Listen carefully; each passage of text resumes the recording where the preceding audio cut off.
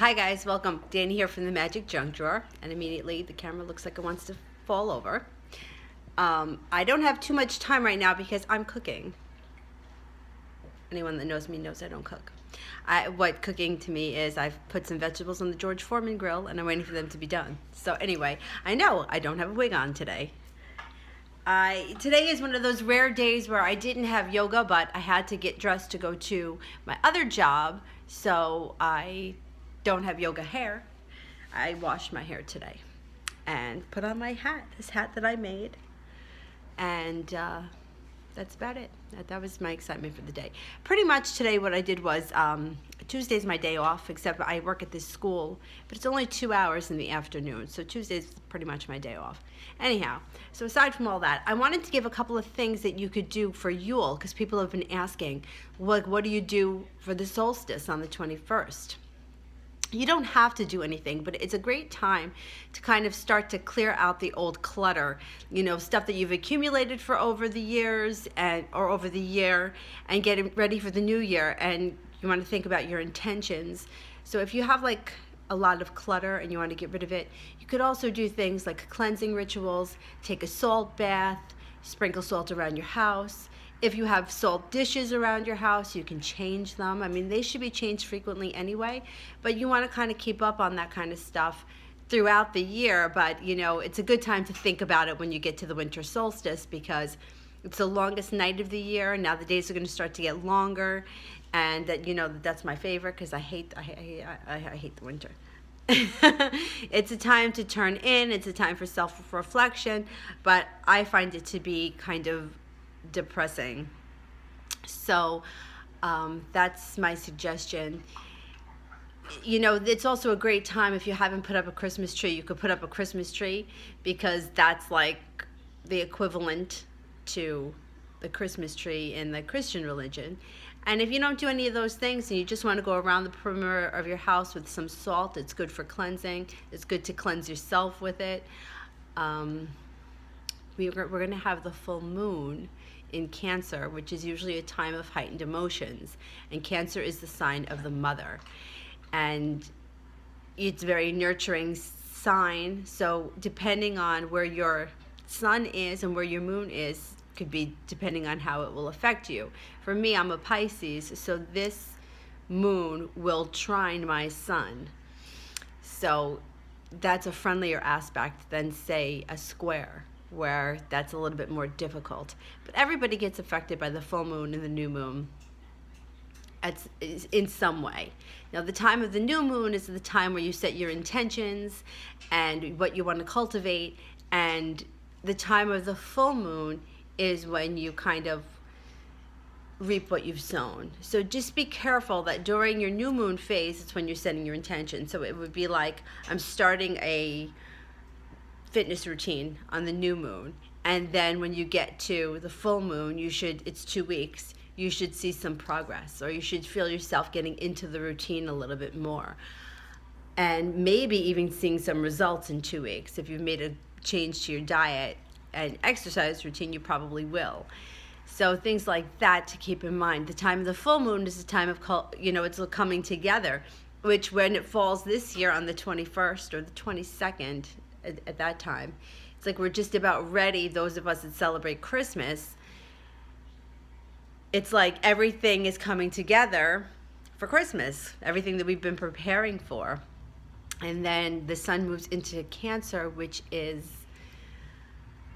ushering in the new year and bringing everything down. So it's Sagittarius, we party through, we have office parties, we have parties with old friends, people come in during Sagittarius, and then during Capricorn, we start to buckle down, start the new year, and we start to get back into our old regular routines.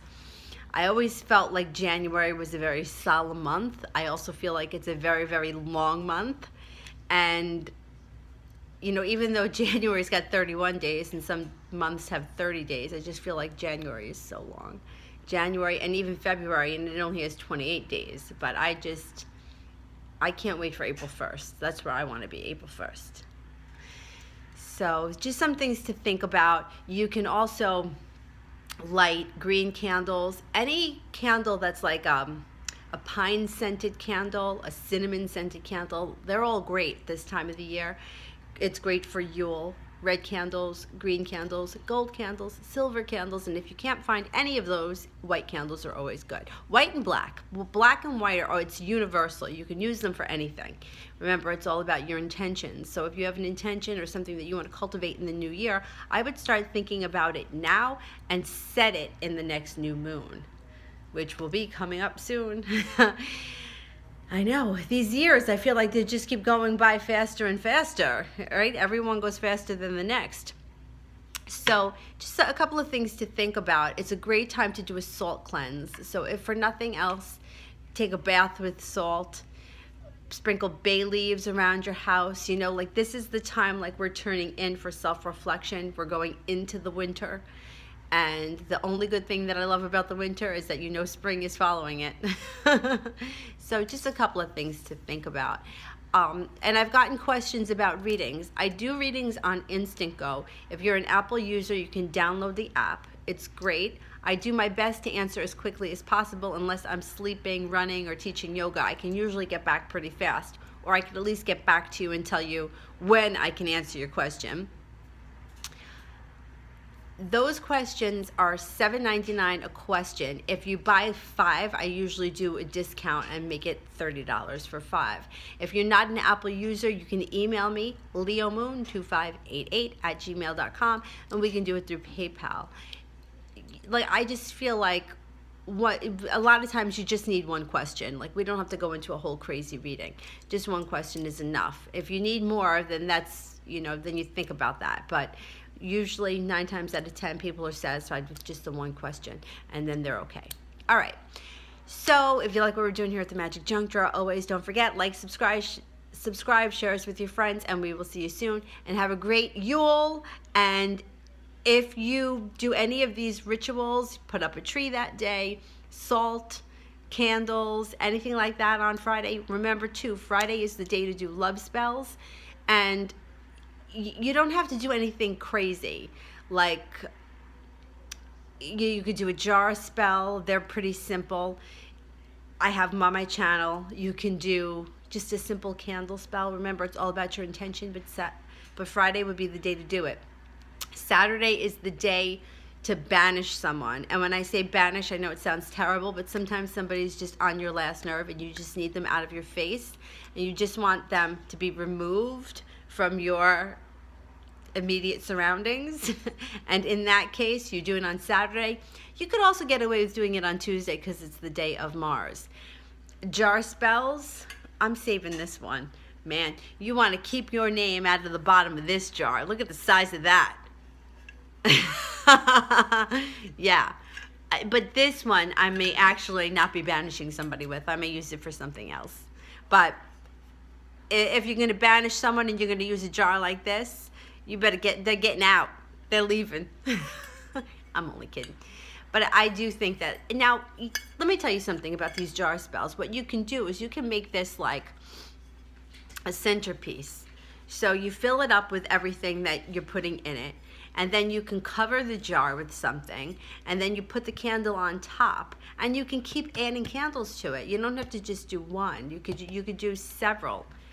You could do one started on Friday and then continue the following Friday if it's gone down. Just be careful that, you know, with whatever you cover it with, it's not going to be flammable or easy to catch fire. And always make sure that you're around. You know, you don't want to leave something like this around burning. But jar like this, you can set a great intentions. You could put a lot in here. And remember, it's whatever you associate with it. So if you were doing this for love, cinnamon, peppermint is nice. Lavender can enhance communication. You can fill it with honey. You can fill it with sugar. Whatever it is fine. It's always about your intentions. All right, and let us know if you do a jar spell. Let us know how it turns out. Thank you for watching. Share us with your friends, and we'll see you soon. Bye-bye.